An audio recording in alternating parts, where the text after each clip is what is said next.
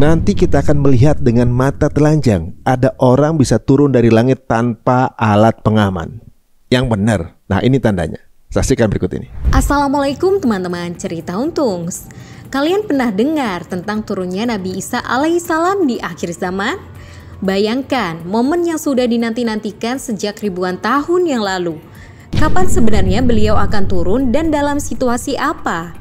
Dan apakah benar Dajjal ini hanya bisa dibunuh oleh Nabi Isa alaihissalam? Mari saksikan kisah lengkapnya hanya di Cerita Untungs.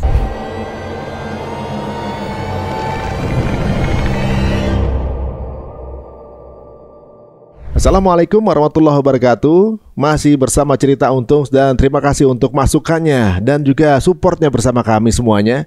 Dan doakan kami untuk tetap bisa memberikan episode-episode yang memberikan keuntungan secara edukasi kepada teman-teman semuanya. Nah, di episode kali ini kita akan membahas apakah benar kita nanti akan menyaksikan seseorang bisa turun dari langit tanpa menggunakan apa-apa, dan siapa orangnya. Abis Imam Mahdi akan ada Dajjal turun dan gak mudah ketemu Dajjal. Yang ketemu bisa langsung murtad, wanita-wanita bisa langsung ikut jadi pronya Dajjal. Dan Dajjal ini cuma bisa dibunuh oleh Nabi Isa yang akan turun. Iya, dengan mujizat. Nabi Isa turun, habis Dajjal, dan kemudian menguasai dunia Nabi Isa bersama beberapa orang terdekatnya. Iya. Berapa tahun saat ini? Perkiraan? Begini, Nabi Isa alaihissalam turun itu kemudian akan menikah dengan wanita Arab. Kemudian memiliki 3 anak laki-laki. Bisa dibayangkan dari 3 anak laki-laki ini umurnya berapa tahun gitu. Sampai ada 3 anak laki-laki. Nah, tidak lama setelah itu Nabi Isa wafat. Kemungkinan besar sampai Nabi Isa berusia 40 tahun. 40 tahun? Ya. Dan Imam Mahdi itu ada di zaman Nabi, kepemimpinannya hanya 7-9 tahun kata Rasulullah. Fayamlikul araba sab'an aw thamaniyan yakni hajjajan, 7 atau 8 musim haji. Jadi ada kemungkinan dihitung dari musim haji 7 tahun atau 8 tahun. Dalam hadis yang lain tis'ah sana 9 tahun. Ya, setelah itu ada Al-Qahtani. Nah, Nabi Isa menyaksikan kepemimpinan Imam Mahdi dan menyaksikan kepemimpinan Al-Qahtani. Bisa jadi 9, 10, 11. Yang penting, yang jelas angka 40 tahunan usia beliau. Usia beliau 40 tahun, cuma ya, 40 atau kan sekarang usianya 35, 33 sampai 35. Karena Nabi Isa diangkat ke sisi Allah itu di usia 33 sampai 35 perkiraan para ahli sejarah. Berarti sebentar, hitungannya kan Nabi Isa berada di sisi Allah sekarang ini. Ya. Ini mutawafikah dalam Quran surat Ali Imran ayat 55 ya. Allah berfirman, a'udzubillahi minasyaitonir rajim. Izqalallahu ya Isa ini mutawafika. Ingatlah ketika Allah berfirman, hai Isa, sesungguhnya aku akan mewafatkan kau, warafuka ilayya, dan aku akan mengangkatmu ke sisiku, wa mutahhiruka minal ladina kafaru, dan aku akan membersihkan namamu dari orang kafir, wa ja'alul ladina tabauka fawqa ladina kafaru ila yaumil qiyamah, dan aku akan menjadikan orang-orang yang mengikutimu lebih mulia, menang dan unggul sampai hari kiamat. Artinya pengikut Nabi Isa ini akan ada sampai hari kiamat. Sampai kiamat. Ya. Okay. Orang-orang mengikuti. Nah, berarti ada, memang benar apa yang dikatakan, kemungkinan besar memang benar tentang pengikut Nabi yang masih hidup, Zarna bin Bar'ala. Dan dia menjadi penguat untuk meyakinkan ini. Nanti menarik kalau kita kaitkan dengan surat Al-Maidah, pertemuan Dr. Jabir Balusi tentang Al-Maidah dalam surat kelima dalam Al-Quran. Itu peristiwanya sudah terjadi apa belum? Yang tentang apa? Tentang turunnya hidangan dari langit yang dikatakan oleh kaum Hawariyun pada Nabi Isa. Ada penafsiran beliau ini belum terjadi. Terjadi nanti ketika Nabi Isa turun untuk yang kedua kali. Ya. Ya, nanti kita bahas khusus pertemuan itu. Waduh, menarik tuh ya. Tapi kalau dilihat dari nubuahnya, kalau ketika 40 tahun, Nabi Isa sekarang sekitar 33 tahunan. Ketika diangkat mungkin di pos gitu secara usia keduniaan. Sebentar. Belum selesai. Belum selesai. Kan diangkat oleh Allah. Berarti kalau lihat hadis itu, Nabi Isa diwafatkan Allah. Nah, wafat ini mustarokah. Bisa berarti mati, bisa berarti tidur. Satu kata banyak arti. Nah, di dalam Quran surat Al-An'am ayat ke-60. A'udzubillahi minasyaitonir rajim. Wa huwa alladzi yatawaffakum bil-lail wa ya'lamu ma jarahtum bin-nahar. Dan dialah Allah yang telah mewafatkan kamu di waktu malam, dan Allah mengetahui apa yang kalian lakukan di siang hari. Wafat di sana artinya apa? Tidur. Nah, wafat ketika Nabi Isa diwafatkan Allah, itu ditidurkan dan diangkat ke sisi Allah. Berarti sekarang Nabi Isa sedang tidur di sisi Allah. Pemahamannya kan begitu. Nah, tidurnya di sisi Allah. Kemudian dilihat dari kuantum waktunya. Apakah sama Satu hari di sisi Allah dengan satu hari di bumi beda. Ada banyak ayat mengatakan wakana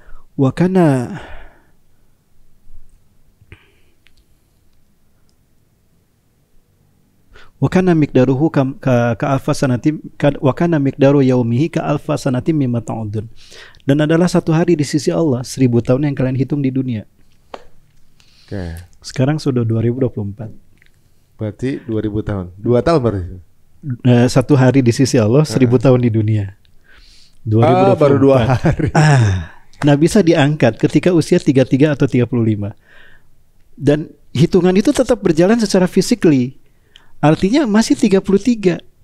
Lebih 2 hari. Lebihnya hanya 2 hari di sisi Allah. Maka ketika kembali ke dunia masih seperti ketika beliau diangkat. Yang 2 harinya ini spesial, seperti Ashabul Kahfi berada di bumi tapi mengalami perpanjangan waktu tanpa berubah sedikit pun. Allah Maha Kuasa untuk melakukan itu. Bisa lah pasti ya. Berarti perkiraan sejak diturunkan sekitar 7 tahunan Ustaz. Kalau 40 tahun sampai usia 40 tahun. Tapi bisa 40 tahun itu angka kepalanya, bisa 45, 47, 48, 4 sekian. Nah. Artinya 4 sampai ke 49 kan 9 tahun. Ya, ditambah 3 tahun. Berarti bisa 10, 11 ya. Wallahu a'lam bishawab. Ya, kita nggak bisa memastikannya gitu ya. Nah, berarti setelah Dajjal selesai bersama Nabi Isa menjadi pemimpin kita tuh selama waktu ini ditentukan, tapi perkiraan menyelesaikan sampai 40 tahun. Tapi yang memimpin bukan Nabi Isa. Bukan Imam Mahdi. Imam Mahdi ya? Nabi Isa tidak memimpin karena beliau bukan nabi untuk kita. Beliau nabi untuk bangsa Nasrani. Ya. Dan kewajiban para nabi dan rasul apabila bertemu dengan Rasulullah wajib menjadi makmum, menjadi umat seperti kita. Wajib meninggalkan tugas kenabian mereka dan bergabung menjadi umat. Makanya Nabi Isa tidak mau menjadi imam ketika sholat subuh ditegakkan.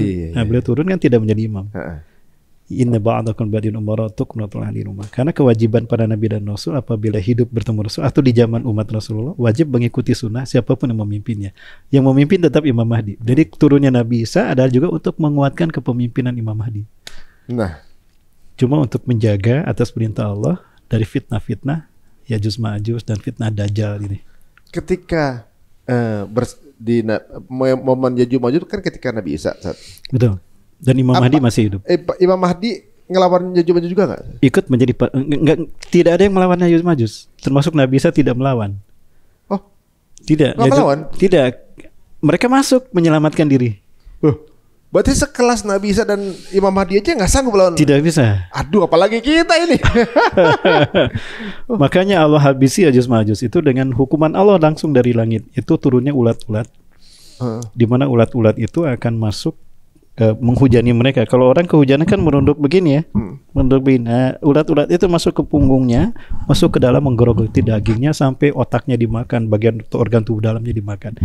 Hingga subuh harinya Nabi SAW berkata, siapa di antara kalian yang mau memastikan kalau Ya'juj Ma'juj sudah selesai, karena tidak terdengar bunyi apapun, hening suasana di luar. Itu berada di Tur Sinai, dilindungi para malaikat.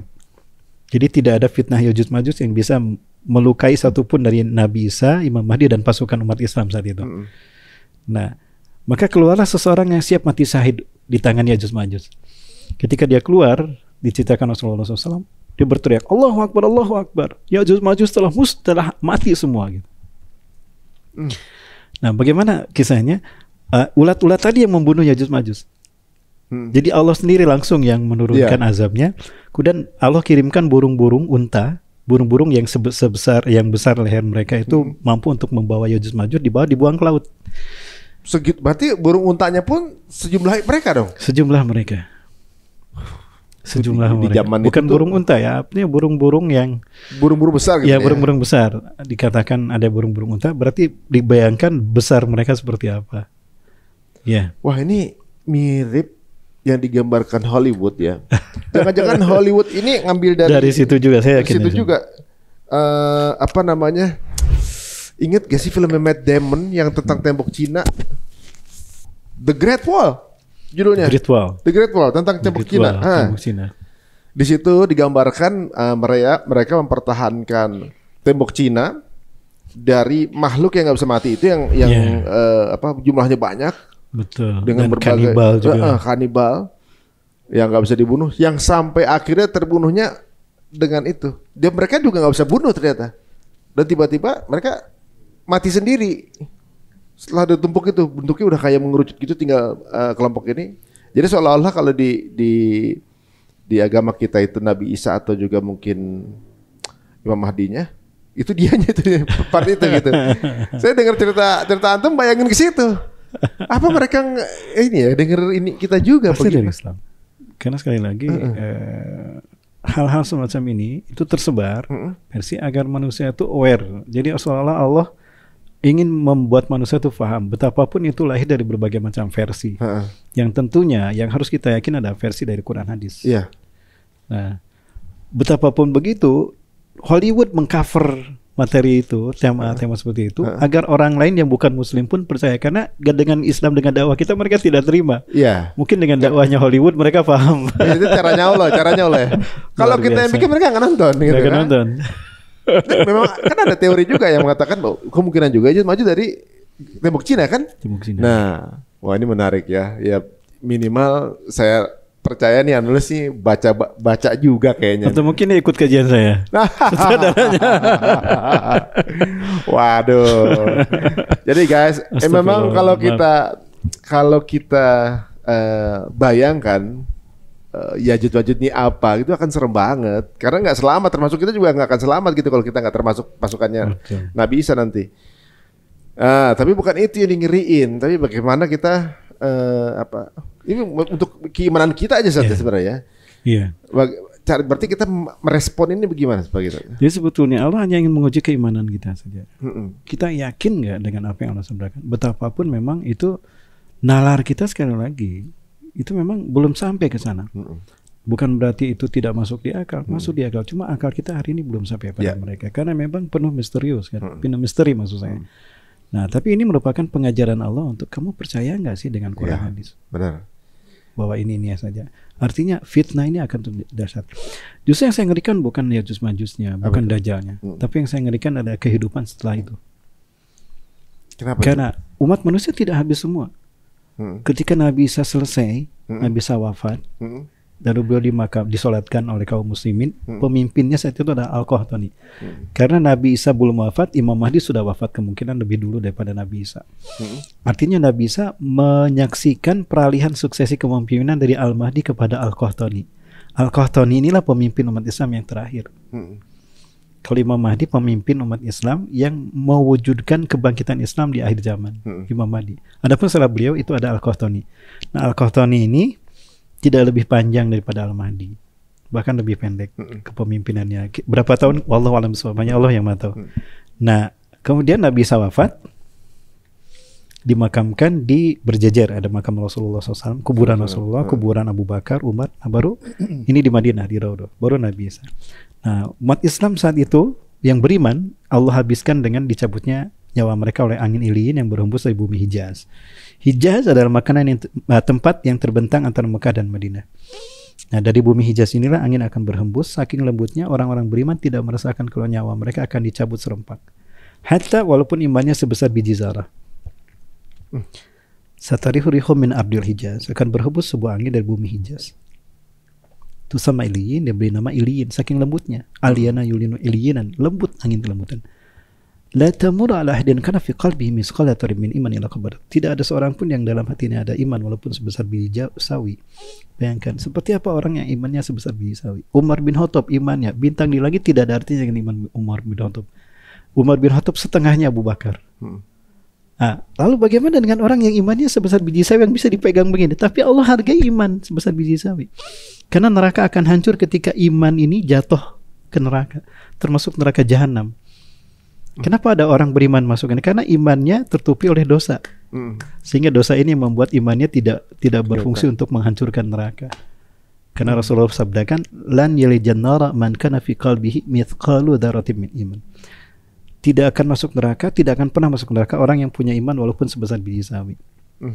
Nah, artinya betapa dahsyatnya kualitas iman kepada Allah walaupun sebesar biji sawi. Neraka jahanam hancur, tidak bisa menerimanya. Saking sayangnya Allah. Saking sayangnya, dan Allah menghargai iman walaupun sekecil itu. Nah, termasuk itulah orang-orang yang akan habiskan dicabut nyawanya oleh angin iliin.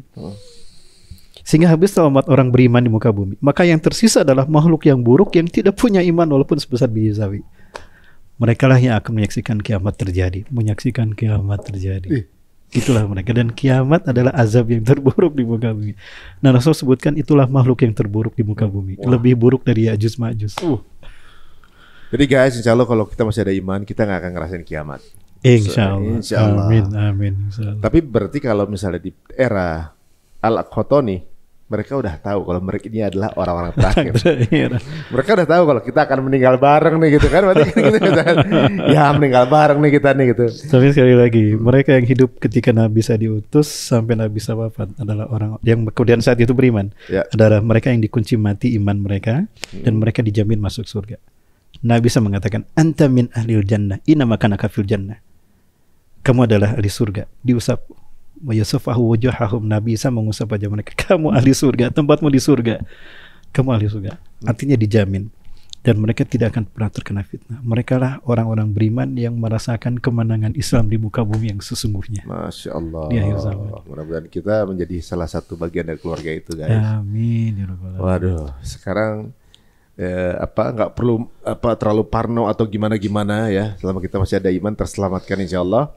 Dan menariknya memang sekarang kalau kita memandang sesuatu itu apa yang diperdengarkan ini, ibaratnya kalau untuk logika saat ini nggak masuk logika. Seperti halnya dulu ketika Quran keluar, penciptaan bumi dari kecil, sesuatu yang kecil kemudian orang dianggap halu saat ya.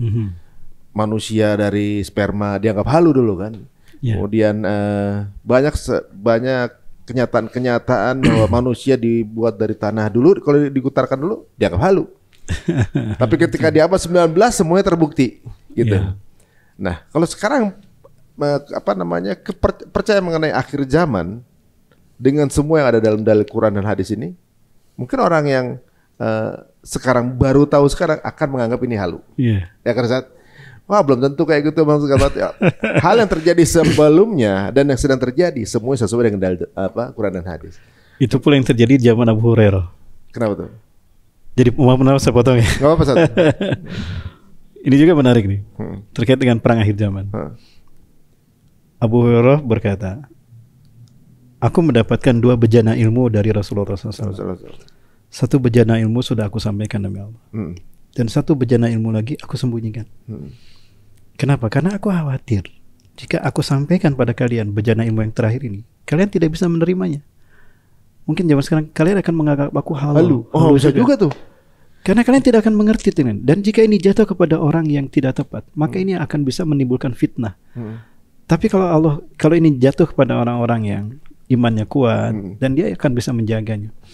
Nah, tapi hari ini kata Abu Hurairah, kalian menyaksikan aku akan wafat sebentar lagi. Aku yakin ajalku telah dekat, akan sebentar lagi tiba. Dan aku tidak mau aku menyembunyikan sedikit satu pun ilmu dari Rasulullah SAW. Sekarang aku sampaikan bejana ilmu yang kedua.